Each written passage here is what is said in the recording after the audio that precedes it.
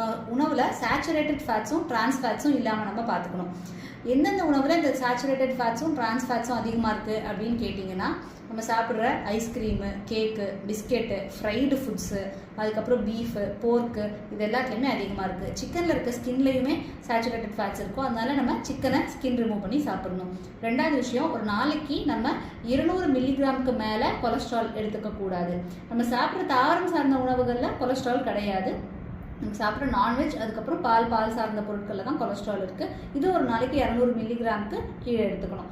மூணாவது விஷயம், நார்ச்சத்து அதிகம் உள்ள உணவுகள், அதாவது காய்கறிகள், பழங்கள், தானியங்கள், பயிர் வகைகள், இதெல்லாமே நம்ம அதிகமாக எடுத்துக்கணும். ஒரு நாளைக்கு 25 கிராம் வரைக்கும் ஃபைபர் எடுத்துக்கணும். அடுத்தது முக்கியமான விஷயம், உடல் எடையை குறைக்கிறது. நம்ம 10% உடல் எடையை குறைச்சோம் அப்படின்னா நம்மளோட கெட்ட கொலஸ்ட்ரால் 15 to 20% வரைக்கும் குறையும்.